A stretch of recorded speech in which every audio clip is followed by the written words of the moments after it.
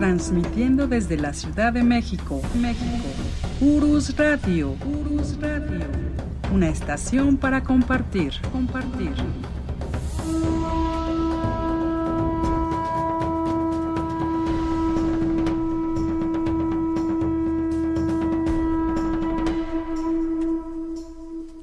Hola, ¿qué tal? ¿Cómo están? Muy buenas noches. Los saludo, soy Doris y estamos con ustedes como los lunes de siempre, aquí transmitiendo su programa de la verdadera historia de México.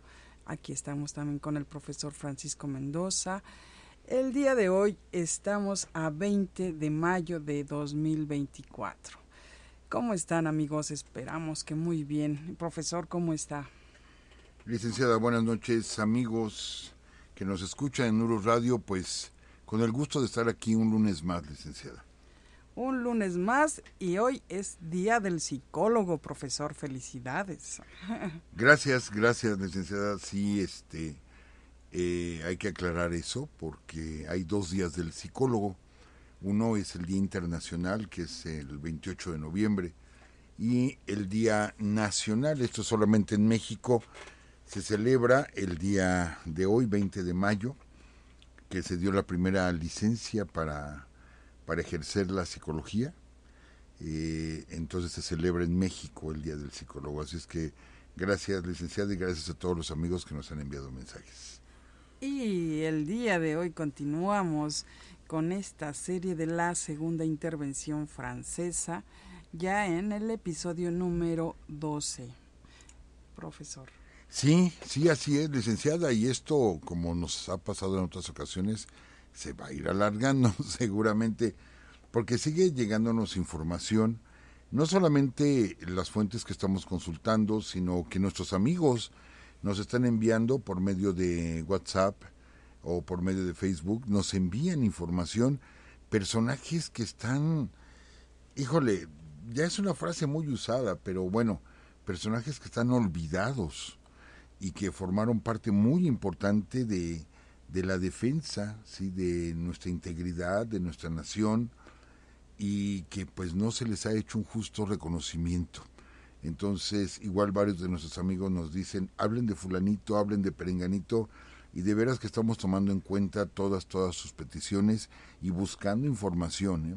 Entonces, hoy vamos a hablar de algunos personajes que igual no se conocen o que pasaron a la historia como ambivalentes. Vamos a mencionar, por ejemplo, Antonio Rojas, sí, bueno, no les adelanto, pero es un personaje muy polémico. Oh, qué bien, profesor. De eso estamos seguros que va a ser un poquillo polémico porque pues son personajes que no conocemos y aparte si son ambivalentes pues más, ¿no? Pero pues ya cada uno de nosotros tenemos nuestro criterio y sabremos hacia dónde van nuestros ideales, nuestras ideas sobre estos episodios o este episodio que vamos a iniciar ya, profesor. Sí, pero al mismo tiempo que hablaremos de estos personajes polémicos, también hablaremos de algunos hechos históricos muy relevantes que igual quedaron como que en un marco muy local. Y pues hoy, cuando usted me dé luz verde, licenciada, pues comenzamos a platicar de la batalla de San Pedro, una batalla olvidada, pero que para el occidente de México es como Puebla el 5 de mayo del 62, es algo equiparado a la batalla de Puebla, y bueno, hoy platicaremos de esta batalla que casi no se menciona. Ok, bueno, pues sí, muchas gracias, profesor. Antes saludamos a nuestros amigos que están aquí en el chat, que siempre nos acompañan, les agradecemos muchísimo que estén lunes tras lunes aquí con nosotros, a César Berumen, a Javier Quiroz, Carlos Alberto Martínez, Zenón Bielkowski, Eber Mejorado, Rafael Gutiérrez, César Bravo. Te extrañamos, César Bravo. No fuiste, a ver, espérame. No, creo que estoy confundiéndome con otra persona. Perdóname, César, porque tú eres de Lázaro Cárdenas, Michoacán. Bueno, también no fue. Sí, eso sí. Sí, pudo haber ido, ¿verdad? Desde Lázaro Cárdenas. Sí. Luis Carlos Mireles, hola, ¿qué tal Luis? Eva Herrera, Carolina Hernández, Luis Carlos, Alejandro Serna, Levi Peña, Lucía Vázquez, César Domínguez, hola César, Hilario Acevedo, Edgar Domínguez, Gabriela Perea, Luis, ya lo saludamos. Y pues ahora sí, profesor, Jesús Noé Ortiz y Ernesto Cortés. Ay, ¿qué tal? ¿Qué tal? Nos dice nuestro amigo Jesús Noé, siguiéndolos desde hace varios años, pero hoy por primera vez los escucho en vivo. Bienvenido, que estás aquí con nosotros en vivo. Adelante, profesor, con este episodio. Bueno, pues solamente así rápidamente, licenciada, si me permite, pues agradecer a todos nuestros amigos allá en Puebla. Estuvimos allá en Puebla, en Huejotzingo, y en Puebla Capital, y pues nos dieron una excelente atención a nuestros amigos por allá. De veras, es que cuesta trabajo decir el bello estado de Puebla, pues es que todos son bellos, todos nuestros estados son bellos, entonces no queremos hacer como una diferencia, pero cuánto aprendimos, cuánto conocimos ahí en Huejotzingo. Habíamos pasado por la carretera, pero no habíamos entrado a Huejotzingo, y conocimos, estuvimos ahí en el convento. Bueno, maravilloso lugar, pues maravilloso todo nuestro país, licenciada. Sí, así es, profesor, y ya que empezó usted con los agradecimientos, de verdad que sí estamos muy complacidos con este viaje que hicimos a Puebla, a Huejotzingo. Yo siento que tiene mucho tiempo, profesor, y apenas fue la semana pasada. Sí, hace unos días. Sí, así que agradecemos al maestro Julio Alfonso Pérez Luna, es el director de lingüística del INA, y gracias por la invitación también al colectivo H, a Karen, David, Daniel y a los demás integrantes del colectivo, también a todos nuestros amigos que asistieron a la reunión banquetera ahí en Huejotzingo, también a la Facultad de Ciencias Físico-Matemáticas de la UAP en Puebla, a Lisset Orozco, que fue quien nos invitó. Muchísimas gracias. Sí, haber estado ahí en el convento, en este coloquio, fuimos invitados, gracias de veras, fue un honor estar ahí con ustedes, muy con nuestro estilo, ¿verdad?, de narrar, pero fue un honor estar ahí con ustedes. Luego la banquetera, que fue bajo techo, sí. Tuvieron muchos amigos ahí con nosotros, y el otro día en la UAP, en la Benemérita Universidad Autónoma de Puebla, que nos abrió sus puertas, gracias a nuestra amiga Lisset, ¿verdad? Sí, Lisset Orozco. Y fue también un honor estar ahí en la UAP. Entonces, no, pues, gracias. Y obviamente nos trajimos dulces y algunas cosas de por allá que son riquísimas. Nuestra comida mexicana es riquísima. Sí, así es, profesor, muy rica. Y también la sidra, ¿qué tal? Sí, nos invitaron sidra riquísima, la sidra de Huejotzingo. Amigos, no está lejos. De veras que pensamos, nos fuimos por carretera manejando. Pensábamos que íbamos a hacer más tiempo, y en poco tiempo ya estábamos ahí en Huejotzingo, y eso que nos perdimos a la entrada, pero llegamos muy rápido. Entonces, amigos de Ciudad de México, no se lo pierdan, de veras. Es que, bueno, tenemos tantas bellezas, pero en esta ocasión les recomendamos Huejotzingo, vayan para allá. Sí, el ex convento está increíble, ¿eh? Es majestuoso. Sí, definitivo, impresionante. Sí. Íbamos en el coche, y cuando la licenciada vio el convento, yo pues no podía verlo de pronto, y la expresión de la licenciada, cuando lo vio, porque lo hemos visto en fotografías, etcétera, pero ya tenerlo ahí enfrente, es impresionante el convento, es impresionante. Sí, así que les recomendamos que vayan y visiten Huejotzingo. Así es, licenciada, pues vamos a empezar. Adelante, profesor. Amigos, en ocasiones hemos comentado al iniciar que son episodios, por así mencionarlo, pueden ser capítulos, ¿verdad? Episodios o capítulos, sí, que a veces son un poco complejos de explicar, porque necesitaríamos como una referencia visual. Y nos cuesta un poquito de trabajo, pero bueno, lo intentamos.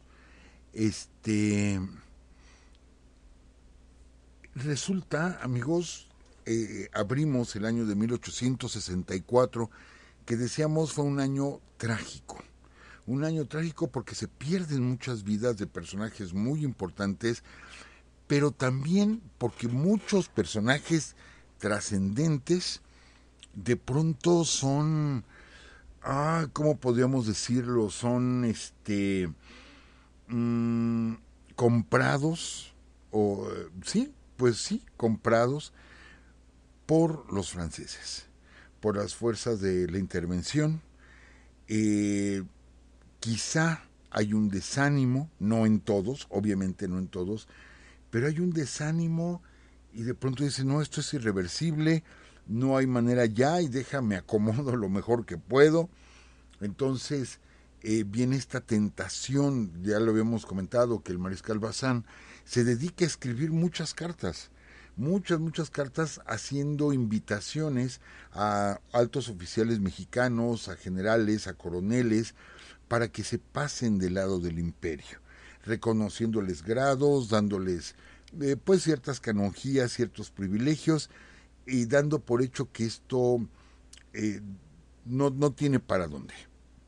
Y con Juárez allá encerrado en el norte del país, sin poder ejercer, sí, o ejerce de una manera muy deficiente, puesto que pues no hay Congreso, no hay recursos, en fin, es una situación crítica la que tiene el gobierno de México. Entonces, pues sí, desafortunadamente algunos como López Uraga, etcétera, pues se pasan del lado del imperio, Vidaurri se pasa del lado del imperio, y esto va a ser como una constante en este año de 84, pero va a haber un hecho que nos va a cambiar.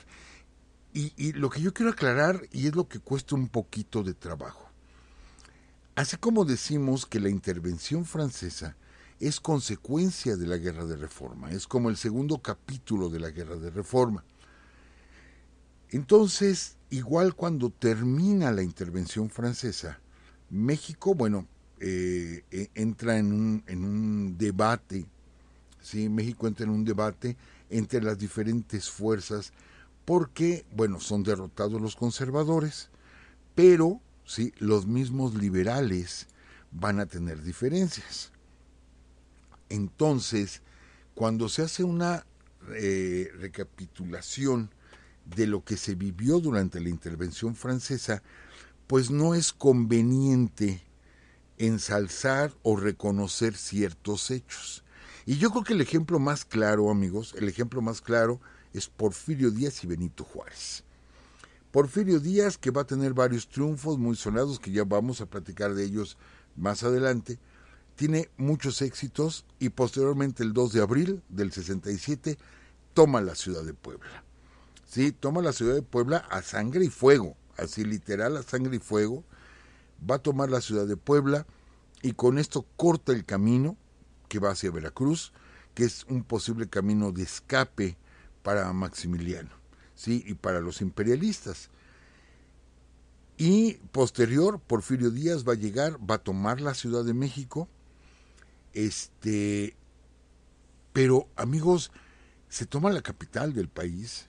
Ya sabemos, la capital en ese momento es donde está el presidente, pero digamos lo emblemático que tiene la Ciudad de México, y él es el que le entrega la Ciudad de México a Benito Juárez, y Benito Juárez va a hacer de alguna forma a un lado a Porfirio Díaz, y esto va a provocar que después Porfirio Díaz se va a lanzar en armas en contra de Benito Juárez. En fin, Porfirio Díaz llega al poder, y Porfirio Díaz sí tiene la intención de quedarse en el poder. Entonces, varios hechos que se están rescatando de la intervención francesa son borrados en la época porfirista. Son borrados. Un hecho, esto ya lo platicaremos con detalle después, por ejemplo, la actuación de Mariano Escobedo. De Mariano Escobedo, que incluso posterior a la intervención va a tener una batalla contra Porfirio Díaz y lo va a derrotar, y es ahí donde se le va a quedar el mote a Porfirio Díaz del Llorón de Icamole. Esto no lo va a perdonar Porfirio Díaz, entonces va a minimizar la participación de Mariano Escobedo y ensalzar el triunfo que él tuvo el 2 de abril, que nadie le quita mérito a Porfirio Díaz. Realmente, ya platicaremos de esa batalla, realmente fue extraordinario el desempeño de Porfirio Díaz, pero inclusive se hizo fiesta nacional el 2 de abril. Sí, así como celebramos 15 de septiembre, celebramos 20 de noviembre, etcétera, en ese tiempo se hizo fiesta nacional el 2 de abril.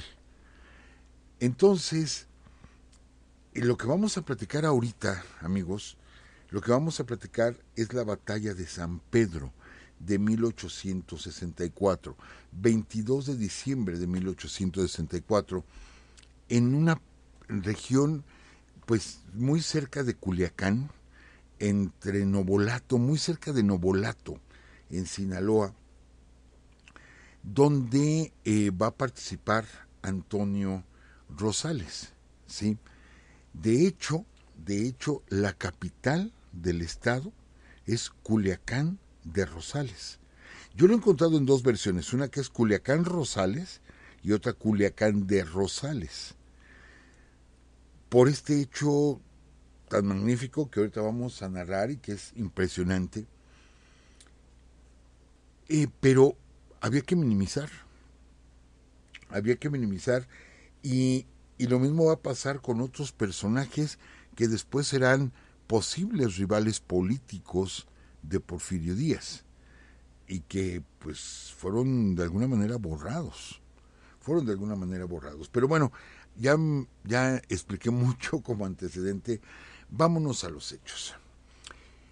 Platicábamos que curiosamente, sí, la flota del Pacífico francesa, pues ya está atacando nuestros puertos. Entonces no fue que, venimos a cobrar una deuda, no nos pagaron, vamos a empezar una guerra. No, la guerra ya había empezado. Era un pretexto, como lo decíamos la vez anterior, un pretexto como la de los americanos. La guerra ya había comenzado y ya habían echado sus barcos al mar y ya traían tropas y ya estaba esto preparado, pues. Entonces, ahora nos vamos a esta parte porque de pronto pensamos que la intervención se quedó más en el centro. No, fue prácticamente en todo el país. Entonces era necesario tomar los puertos del Pacífico y es así como se toma Acapulco, se toma el estado de Nayarit, el estado de Jalisco, etcétera. Acuérdense que Bazán personalmente va y toma el estado de Jalisco. Entonces era ir avanzando, por eso ese año 64 fue tan trágico para el gobierno de México. Bueno, pues resulta que Mazatlán, como lo habíamos platicado, van a bombardear con un navío, pues una fragata, van a bombardear el puerto de Mazatlán. Las defensas mexicanas son unas pequeñas fortalezas, pero pequeñísimas, o sea, levantadas al vapor. El cañoneo de los franceses es incesante, destruyen las defensas mexicanas, pero pues los mexicanos los están esperando en la playa. Posteriormente bajan sus lanchas de desembarco y van hacia la playa y los mexicanos, olvídense, no los van a dejar desembarcar y los vuelven a arrojar al mar. Inclusive con un solo cañón y que no era muy potente, la embarcación francesa sufre serias averías. Muy serias averías, tiene que meterse más hacia el mar para poder hacer reparaciones del barco. O sea, ahí vemos la capacidad de nuestros artilleros que con un solo cañón, amigos, un solo cañón y no muy potente, un cañón pequeño, pueden lastimar gravemente a la embarcación francesa.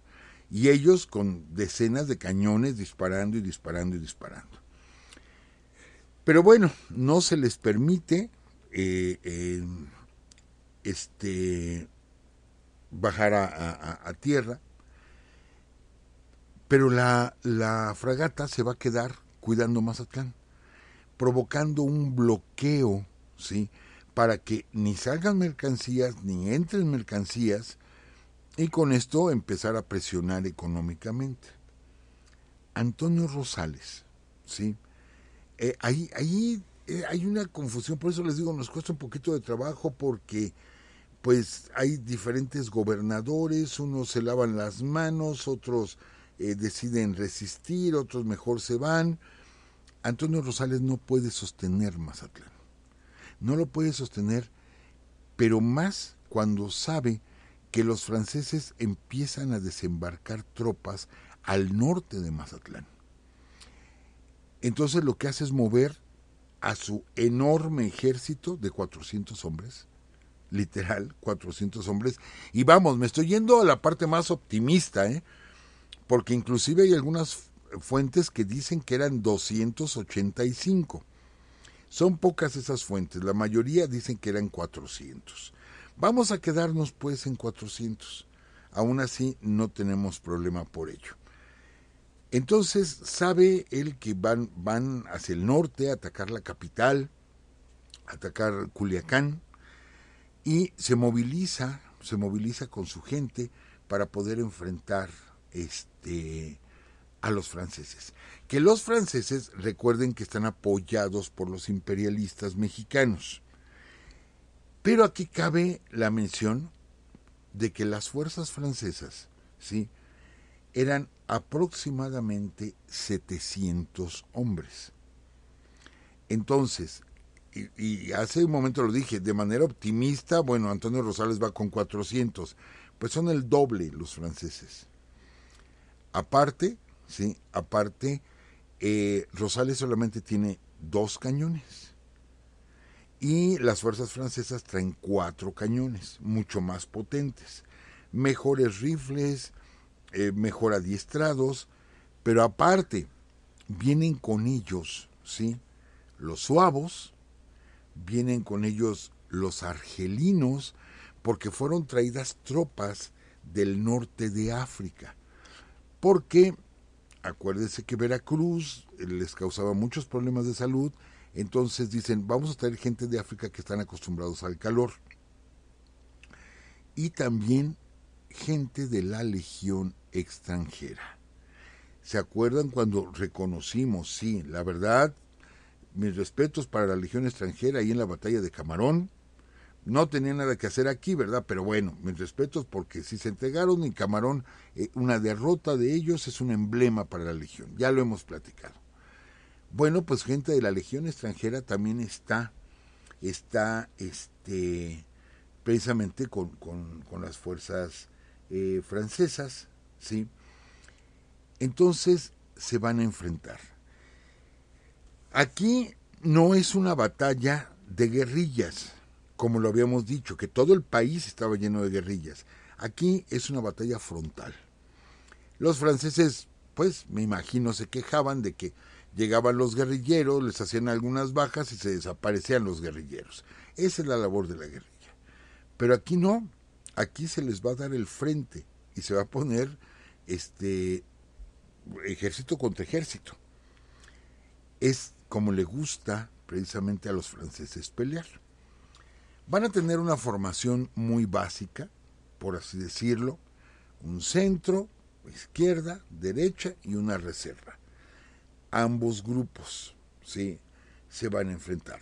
Bueno, ¿qué es lo que sucede? Esto sucede el 22 de diciembre de 1864 por la mañana. Están los cañones, los 2 cañones mexicanos, están juntos, esta batería, están en el centro, y los franceses deciden arrebatar los cañones, los 2 cañones de los mexicanos. Comienzan con un duelo de artillería, que al final de la batalla ellos dispararon más de 700 veces, mientras que los mexicanos dispararon 150 veces. Vean la proporción. Y se van a lanzar al ataque, ¿sí?, para tomar las dos, en un lugar conocido como San Pedro, a unos kilómetros de Novolato, ahí en Sinaloa, y se van a lanzar al ataque, ¿sí?, para obtener estas piezas de artillería mexicana. ¿Qué es lo que hace Antonio Rosales? ¿Sí? Van a contestar con fuego de fusilería, van a repeler el ataque, o sea, el avance francés lo van a repeler. Noten, estamos hablando de la batalla de San Pedro, no la del 5 de mayo. Pero vean las similitudes que hay. Los franceses avanzan, la parte central, ¿sí?, son los que resisten el embate francés y van a repeler mediante artillería, van a repeler fusilería, van a repeler a los franceses. Entonces, los franceses, ¿sí?, se van a ir, lanzan su lado izquierdo. ¿Por qué hago esta mención? Porque los acomodaron así. En el centro, los suavos, la Legión Francesa, etcétera, ¿sí? O sea, la élite de los franceses. De su lado derecho van a estar los soldados, digamos, de línea, y de su lado izquierdo los imperialistas mexicanos. Y los van a usar como carne de cañón. Entonces, lanza el comandante Gaziele, que era el comandante francés, lanza a los imperialistas. Ahora, van ustedes. Como nosotros ya no pudimos pasar, bueno, pues van ustedes, los lanza al ataque, ¿sí? Se da cuenta Antonio Rosales y de pronto dice: a la bayoneta. Así, de plano, salimos de nuestras trincheras y a la bayoneta. Y se lanza contra los imperialistas mexicanos. Recuerden, amigos, que hay una ley que dice que aquel mexicano que se ha tomado con las armas en la mano, apoyando a los imperialistas, si caen prisioneros van a ser pasados por las armas. Esta ley la había sacado Juárez en respuesta a una ley de Maximiliano. Entonces ya está en vigor la ley. Bien, se lanzan los mexicanos y, vamos, desbaratan a las fuerzas imperialistas.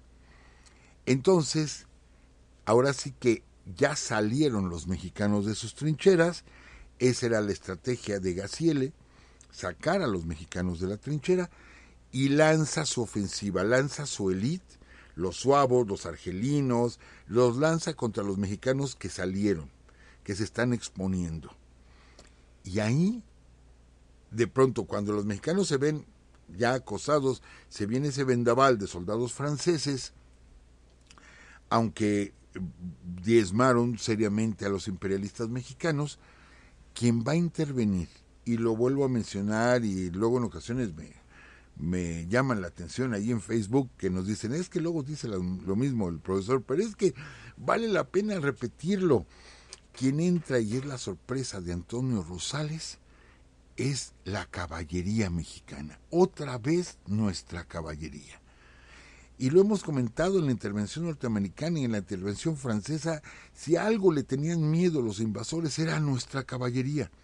Se podían poner al tú por tú con cualquiera, pero nuestra caballería, mis respetos, cómo dio batallas, cómo ganó batallas, cómo le puso el pecho a las balas nuestra caballería.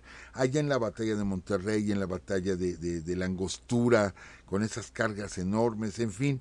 Bueno, pues se lanza la caballería mexicana, lanceros, ¿sí?, no fusileros, lanceros, muy hábiles en el uso de la lanza, y se lanzan contra los franceses. ¿Qué pasa? Que los hacen correr. Entonces, otra vez, vámonos a Puebla. ¿Qué fue lo que pasó cuando de pronto el general Carvajal, sí, que está en uno de los fuertes, lanza la caballería, obvio por orden de Zaragoza, y después Porfirio Díaz también con la caballería, y es lo que define la batalla al final? No se le quita heroísmo a los que resistieron los embates franceses ahí en los fuertes, pero cuando se le da totalmente el giro a la batalla es cuando entró la caballería. Bueno, pues fue lo mismo ahí en San Pedro. Entra la caballería y empiezan a derrotar, comienza la derrota del ejército francés. Y les digo, la batalla es muy parecida, muy parecida. Aquí no hay fuertes, pero sí hay posiciones muy importantes. No es la misma cantidad de gente peleando, pero aquí sí noten, Zaragoza, ¿sí?, eran 6,000 contra 5,000, pero aquí era el doble de franceses o el doble de imperialistas, era el doble. Y los mexicanos no se hicieron para atrás, se lanzaron con todo, los derrotan, inclusive el comandante Gaziele, ¿sí? Inclusive él cae prisionero. Fue tal el vendaval mexicano que cayó prisionero el comandante de ellos. Tomaron los mexicanos, ¿sí?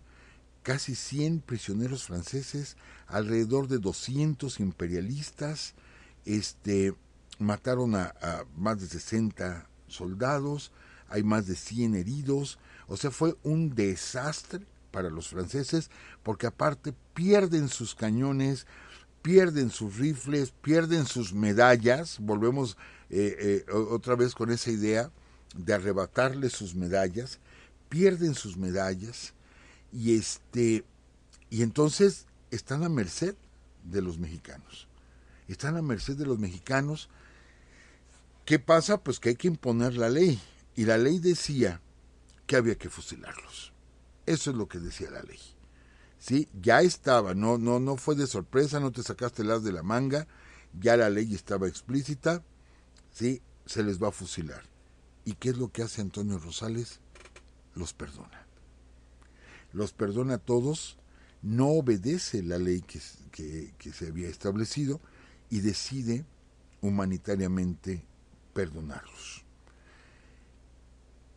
Esto no podemos censurarlo, fue un acto humanitario, lo tuvimos en muchas ocasiones, lo hizo Nicolás Bravo, muchas ocasiones ha sucedido en México que se les da el perdón.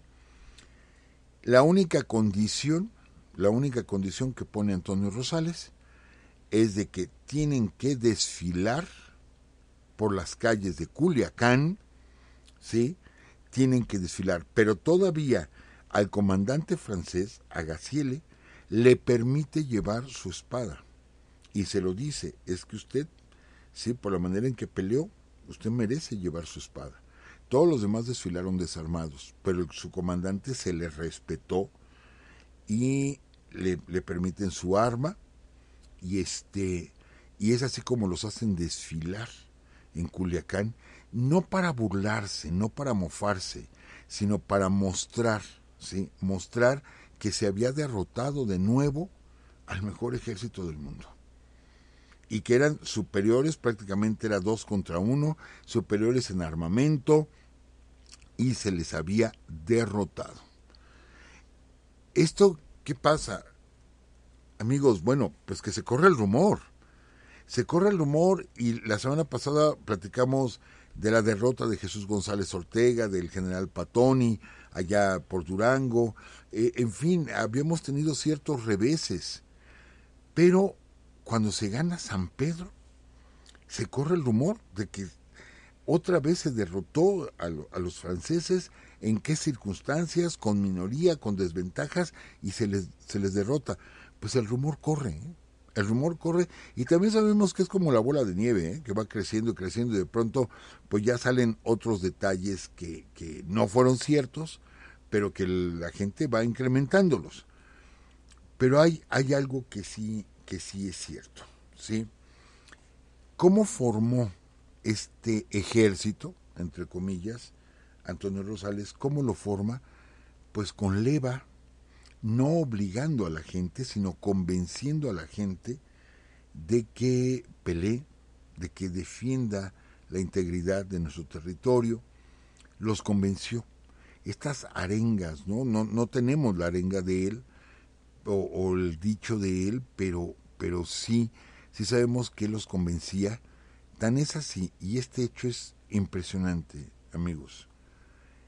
Su corneta de órdenes de Antonio Rosales, ya ven que en estas batallas todo es por sonidos de corneta, es como se va dando instrucciones. Bueno, su corneta de Antonio Rosales era un niño de 11 años. Un niño de 11 años. Si ustedes, sus hijos, sus sobrinos, véanlos ustedes y digan, un niño como él, ¿sí? De 11 años, pegado ahí al general Rosales con su corneta, dando las órdenes de la batalla, obvio arriesgándose, y no estaba ahí a fuerza, fue un niño que decidió, ¿sí?, no tengo el dato del nombre de este niño, pero él decide estar peleando y bueno, vaya ejemplo, vaya ejemplo que da. Desafortunadamente, Antonio Rosales al año siguiente va a perder la vida en una batalla en una población que se llama Álamo, en el estado de Sonora. Va a perder la vida Antonio Rosales porque después lo van a llamar hacia el norte porque los franceses, al no poder no poder avanzar por tierra, deciden avanzar por mar, van a desembarcar en el norte y van a convencer a pobladores, a yaquis, seris, etcétera, los van a convencer de que peleen del lado imperialista. Entonces Antonio Rosales se moviliza hacia el norte, va a tener una batalla que también ya platicaremos, y ahí va a morir este gran personaje al que le debemos este triunfo, ¿sí? Y que, insisto, este triunfo, se propagó la noticia, creció este rumor, y esto, bueno, pues alimentó emocionalmente, animó emocionalmente, pues a nuestras fuerzas en todo el país. Cabe hacer notar, ¿sí? Y nos preguntaban eso la semana pasada. Bueno, ¿y los franceses no traían caballería? Sí, sí traían caballería. Entonces, para enfrentar la caballería, había que traer otra caballería. Los franceses tenían. Y aquí va otro hecho muy importante. La batalla se planeó muy rápidamente. Entonces el terreno fue preparado para la batalla. Resulta, ¿sí?, que calcularon por dónde iban a pasar los franceses, la caballería francesa, que normalmente la caballería se queda a retaguardia y que tiene mayor movilidad por la velocidad de los caballos, entonces donde hagan falta rápido se movilizan a caballo. Entonces ellos calculan por dónde van a pasar los caballos. Bueno, ¿qué creen que hicieron los mexicanos? ¿Qué creen que hicieron? Pues todas las barrancas, todas las brechas, todos los lugares por donde podían pasar los caballos franceses, se llenaron de nopales. Les pusieron nopales, les pusieron arbustos con espinas, y con eso bloquearon todos los pasos.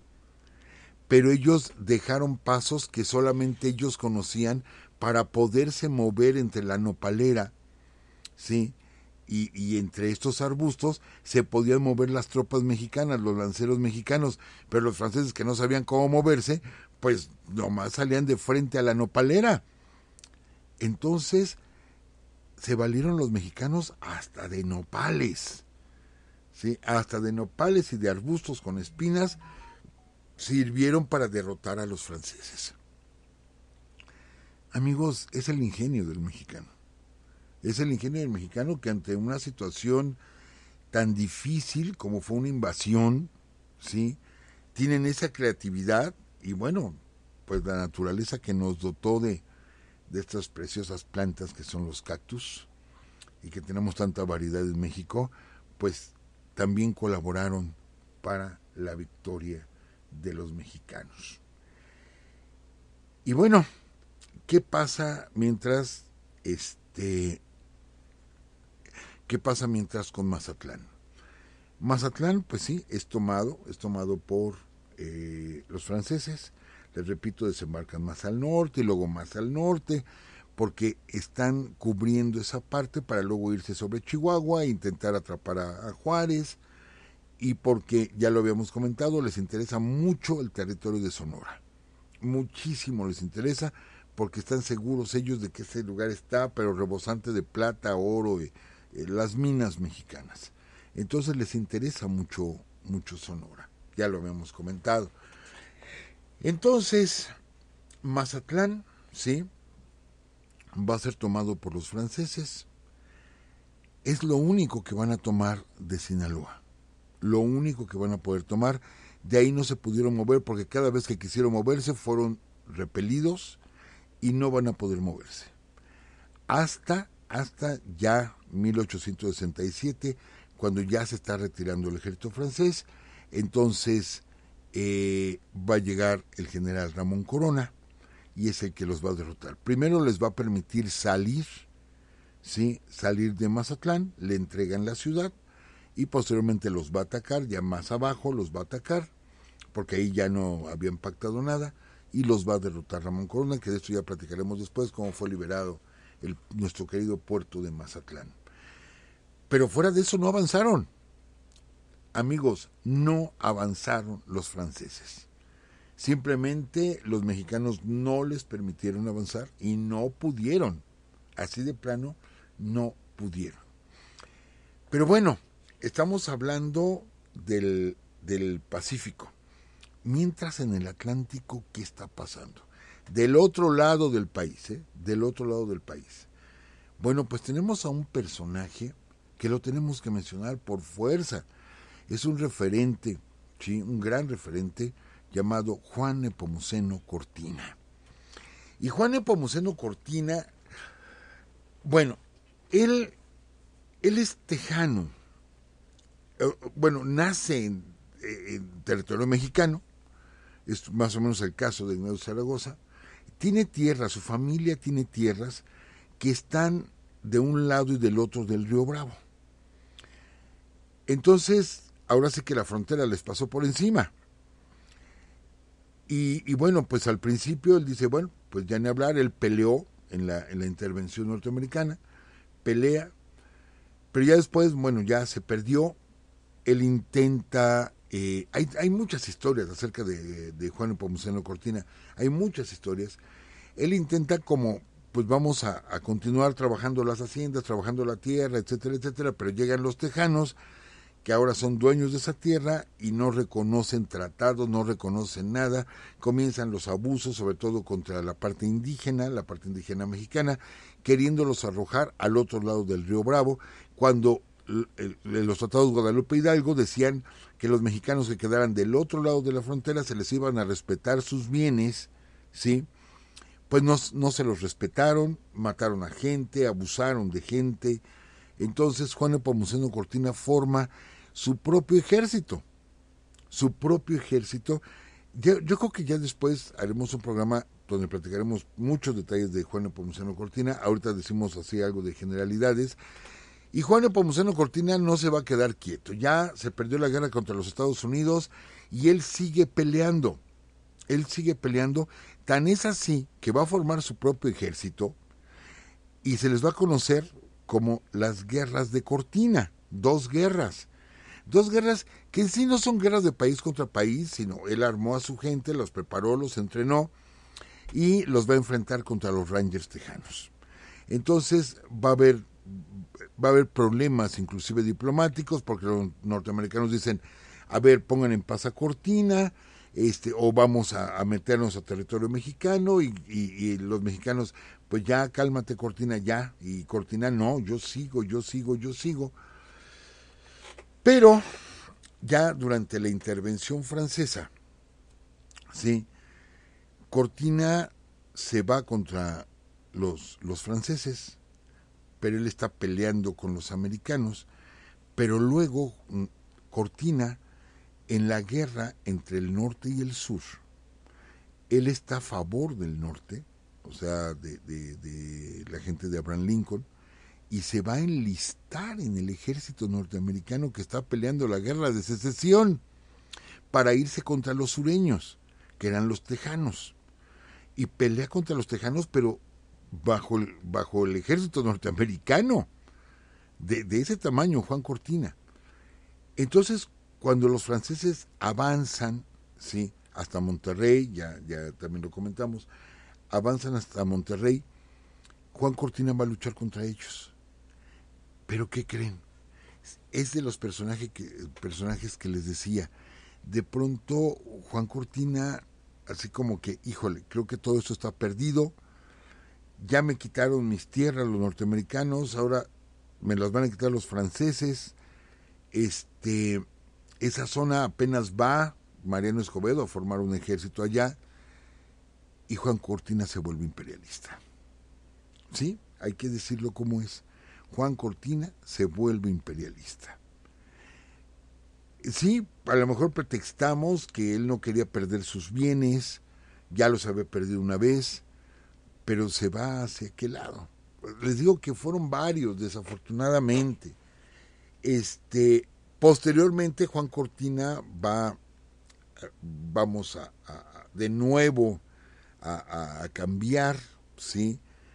Es un personaje muy polémico, ¿por qué? Porque está en los dos bandos en un momento, es un personaje muy polémico, pero no podemos negar que fue un gran luchador contra los norteamericanos y en su momento contra la intervención francesa, y que, bueno, tenía precio su cabeza, ¿no? La cabeza de Juan Cortina, como lo es, ¿sí?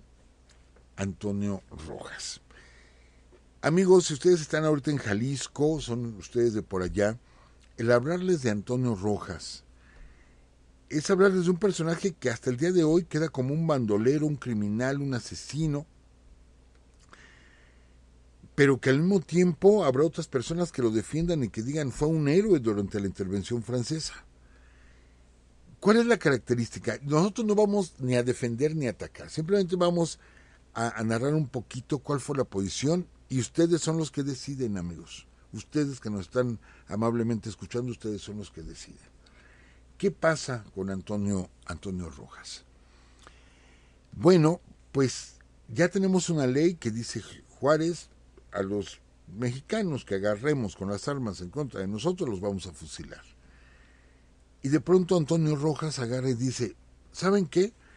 No solo eso, sino al lugar donde nosotros lleguemos, los que estamos defendiendo al país, y si llegamos a un pueblo y no nos dan de comer, y no nos dan alimento para los animales, y no nos dan donde dormir, les quemo el pueblo. Así, les quemo el pueblo. Y no fue solo dicho, lo hizo Antonio Rosales. Perdón, Antonio Rojas. Lo hizo Antonio Rojas. O sea que incendió pueblos, fusiló gente por estar apoyando a los imperialistas. Mientras que Antonio Rosales los perdona, Antonio Rojas dice, yo no los perdono, yo no los perdono. Y de alguna forma, como López Uraga se había pasado al bando imperialista, al principio él recibía órdenes de Uraga, pues se vuelve independiente y está haciendo su propia guerra. Ya no recibe órdenes de nadie porque él desconfía de todos y está haciendo su propia guerra.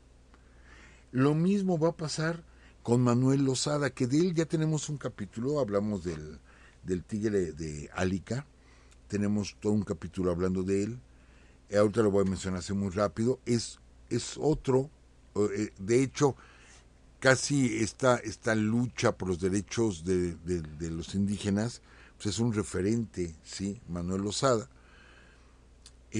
No le hacen caso, pero estamos en plena guerra de reforma, él lucha por recuperar tierras, por tener mejoras a sus hombres, entonces como no le hace caso el gobierno, llega Maximiliano, le ofrece, ¿sí? Le ofrece reconocimiento y Manuel Lozada se pasa del lado imperialista. Inclusive lo premian, le envían la medalla, como la Orden de Guadalupe, si mal no recuerdo, y el mismo Napoleón III, que estaba bien enterado de lo que estaba pasando aquí en México, el mismo Napoleón III lo va a reconocer como legionario al tigre de Álica. Posteriormente, sí, se vuelve imperialista y el tigre de Álica va a avanzar hacia Nayarit. Y ahí en Nayarit, sí, de pronto le va a dar la espalda a los imperialistas, pero cuando los imperialistas ya se están retirando, les va a dar la espalda y eso lo va a salvar de morir fusilado, porque lo hubieran agarrado como traidor. Y con eso se salva el tigre de Álica. Con eso se salva. Posteriormente, ya después de la intervención y todo esto, se va a enfrentar contra el general Ramón Corona, y Ramón Corona lo va a tomar preso y lo va a fusilar. Pero ya fueron otros problemas que se dieron después, lo que ahorita les decíamos. La intervención terminó, pero el país se quedó con muchos problemas internos, muchos problemas. Entonces el general Ramón Corona lo va a fusilar años después, cuando lo va a tomar prisionero. Entonces igual es un personaje muy polémico Manuel Lozada, porque les digo, es referente de las luchas agrarias, de las luchas campesinas en México, es un referente, pero igual estuvo del lado del imperio. Y vamos a poner otro ejemplo, triste, pero lo tenemos que decir, ¿sí?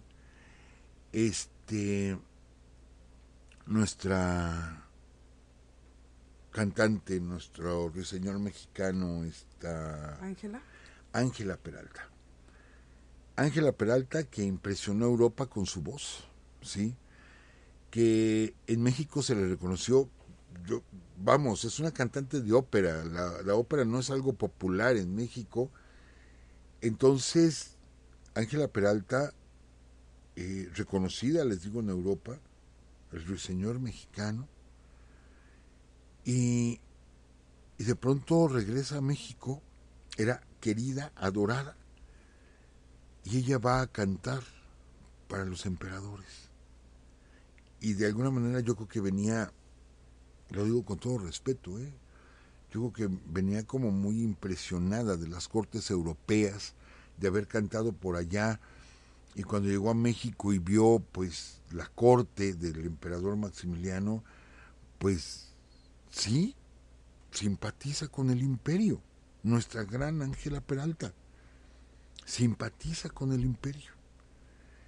Y la gente, pues obvio, la va a abuchear. O sea, la gente no le va a gustar que Ángela Peralta coquetee con el imperio.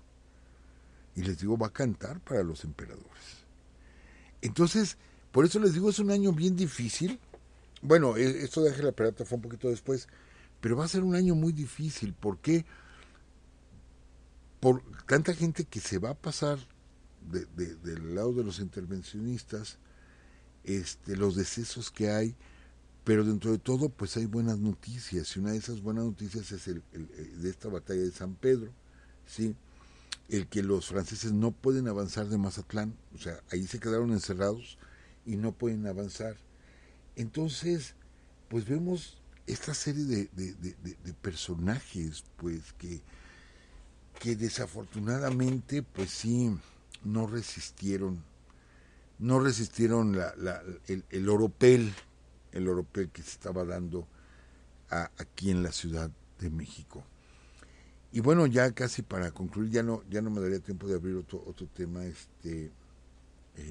licenciada. Nada más, la semana pasada olvidé darles un dato muy interesante, muy interesante, y sí, este dato solamente lo he encontrado en un autor que fue en Taibo, Paco Ignacio Taibo. No lo he encontrado en otras partes, pero dije, bueno, vamos a compartirlo. Él da las referencias, tiene las notas del general Riva Palacio. El general Riva Palacio, ¿se acuerdan que les comentamos que Maximiliano empezó a salir a varios lugares a reconocer su imperio? Y estuvo en Morelia, y en Morelia lo super recibieron, pues. Obvio, la gente que simpatizaba. ¿Se acuerdan que platicamos de que colgaron a una niña como angelito en un arco? Y no le pasó nada a la niña, pero bueno, un angelito real. Y se me olvidaba comentarles que una de las personas que estuvo ahí, no para recibir a Maximiliano, pero que sí quería ver a Maximiliano, fue el general Vicente Riva Palacio. El general se rasuró, porque él utilizaba barba, piocha, esta piochita que le llaman, se rasura, se viste con hábito franciscano, se trepa a una mula, ¿sí? Y se va a Morelia. Y está ahí en medio de la recepción, recibiendo al emperador y las fiestas y la música y todo, y el que está ahí viendo todo es Vicente Riva Palacio. Me gustó mucho esa anécdota. O sea, era atreverse, sí, era arriesgar la vida, donde alguien lo hubiera reconocido, pues imagínense, pero sí lo hace. Entonces, ¿por qué? Dije, hay que comentarlo, porque el hablar de que los mexicanos utilizaron hasta nopales, utilizaron un niño de 11 años como corneta de órdenes, echaron a los franceses al mar ahí en Mazatlán. Vicente Rivapalacio se mete entre la gente vestido de fraile, en fin, ver todo esto, cómo se estaba defendiendo el país. Dice el dicho que en la guerra y en el amor todo se vale. Bueno, pues esta era la guerra y pues todo se valía y había que defendernos a como diera lugar, ¿sí? Les repito, todavía vamos a tocar un poquito algunos temas de 1864 para la próxima semana, pero pues ya, digamos, se toca fondo. Y yo creo que esta batalla ahí en Sinaloa, pues es como el punto, a finales del 64, es el punto donde empieza a moverse todo esto ya de manera más favorable y más cuando por la situación política y en Europa, pues va a tener que ser retirado el ejército francés, que de hecho en el 64, todavía sin órdenes de retirarse el ejército francés, pero empiezan a retirar ya algunos hombres, porque son necesarios allá en Europa, y empiezan a retirar el primer batallón francés que sale en el 64. Todavía va a continuar la guerra hasta el 67, pero aparte cumplen su plazo de tiempo, o sea, tienes que estar tanto tiempo y ya que cubriste ese tiempo ya te puedes retirar y te puedes ir a Francia. Entonces siguen llegando soldados nuevos, pero ya también se empiezan a retirar algunos soldados, lo que nos da a entender que Napoleón III no iba ya a aumentar la cantidad de hombres, pero aparte pues se le interesaba que se formara un ejército por parte de mexicanos, esto es que no solamente completaran o siguieran vamos uniéndose a las tropas francesas, sino que se formara un ejército mexicano, un ejército imperial, y pues de esto vamos a platicar la semana que entra, licenciada, ya que se acuerdan que comentamos de que Miramón pues, nos lo mandaron a Europa, igual que a Márquez, y bueno, se van a mover varias cosas muy interesantes, licenciada. Muy bien, profesor, pues estaremos aquí atentos y dispuestos a escuchar más de esta intervención francesa. Y pues aquí comprobamos también ese ingenio del mexicano y también esa valentía, ¿no? Sí, esa creatividad que tienen los mexicanos y que yo sé, no somos exclusivos, sí, no somos exclusivos, pero sí ha sido como una característica del mexicano, ¿no? La creatividad que manifestamos en una u otra cosa, pero ahí está ese algo que nos distingue. Pues muchas gracias profesor, gracias también a todos ustedes amigos que nos acompañaron el día de hoy. Y antes de despedirnos, quiero agradecer a nuestro amigo César Madrigal, que nos envió algunos libros. Es un libro que él escribió, es de su autoría. ¿Cómo se llama? Aquí está. The Mexican War, la guerra de intervención. Gracias. Nos mandó varios libros, igual para ahora que hagamos el reto del mes, profesor, o el reto Urus, pues los regalamos, los obsequiamos. Nos acaba de llegar y la verdad es que yo me voy a devorar el libro, aparte es un tema que me apasiona, me voy a devorar el libro, eso lo damos por hecho. Gracias César Madrigal. Y bueno, ya lo haremos la semana que entra o dentro de 2 semanas para que estén atentos amigos. También alguien por ahí, varias personas nos comentan que en la plataforma la fecha dice 21 de mayo. Sí está un tanto desfasada, ya es cuestión de la plataforma, amigos.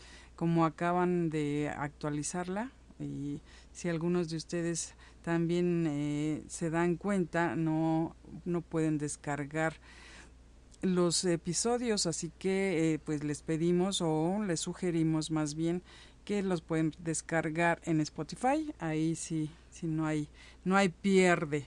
Y que más, también saludamos a nuestro amigo Edgar Francisco, que él nos acompañó allá en la BUAP, a Gerardo Peña, que le hizo un gran obsequio al profesor. Sí, la verdad. Gracias. También a Gavirú Perea Portillo, muchísimas gracias por acompañarnos. Amigos, nuestra amiga Jocelyn Hernández dice que le gustaría escuchar la historia de la gastronomía mexicana, profesor. Sí, y de hecho nos lo han propuesto en otras ocasiones, hablar de la gastronomía mexicana, pero ustedes saben la crueldad que eso va a ser, estar aquí transmitiendo y hablando de pozole y hablando de carnitas y de enchiladas y de tamales y no poder comer porque estamos platicando. No va a ser bien cruel. Pues nos traemos algo, profesor, y aquí estamos comiendo. Sí, es que nuestra gastronomía es excelente. Sí, eso sí, es riquísima. Y pues ya nos vamos, profesor, ya nos vamos. Amigos, los esperamos por acá el próximo lunes, ya saben ustedes, a las 10 de la noche es nuestra cita, todos los lunes a las 10 de la noche. Ay. Bueno, ya nos vamos, que estén muy bien. Sí, profesor. No, pues solamente invitar a nuestros amigos, acuérdense que ya tenemos 2 programas de televisión digital ahí en WOWMX TV, ¿verdad? Sí.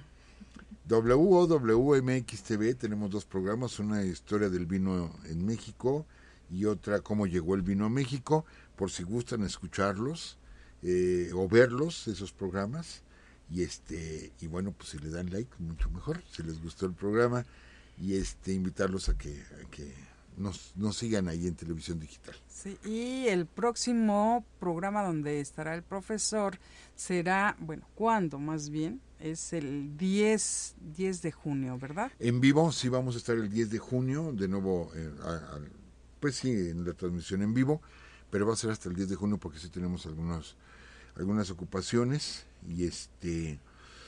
y bueno, pues creo que es todo. Sí. Es que me quedé con algo. Es más, esto ni siquiera se lo había comentado yo a la licenciada, se va a enterar ahorita. Recibimos de nuevo invitación de la alcaldía Gustavo Amadero, del licenciado Manuel. Pero fíjense qué tema nos pidieron. Esto todavía falta, les vamos a avisar, pero ya nos lo solicitaron. El tema es la toma de la Ciudad de México durante la intervención francesa. Que casi de ese tema no se habla, y cuando me propusieron el tema dije excelente, hay mucha información pero casi no se habla, y se va a unir precisamente con esta serie, porque pues vamos a hablar de cómo Porfirio Díaz toma la Ciudad de México en 1867. Ese va a ser el tema, y en la alcaldía Gustavo Amadero. Perfecto, ya les avisaremos fecha y horario. Así es. ¿Sí? Ahora sí nos vamos. Gracias Gabriela Perea. Ya vemos que eres la misma, Gavirú. Pues ahora sí nos vamos. Que estén muy bien. Cuídense mucho. Un abrazo para todos ustedes, amigos. Los queremos. Ahora vamos a despedirnos con esta cortinilla de despedida, de salida.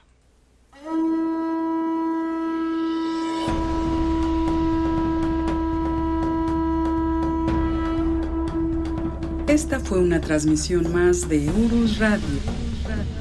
Los esperamos el próximo lunes a las 10 de la noche. Hasta entonces.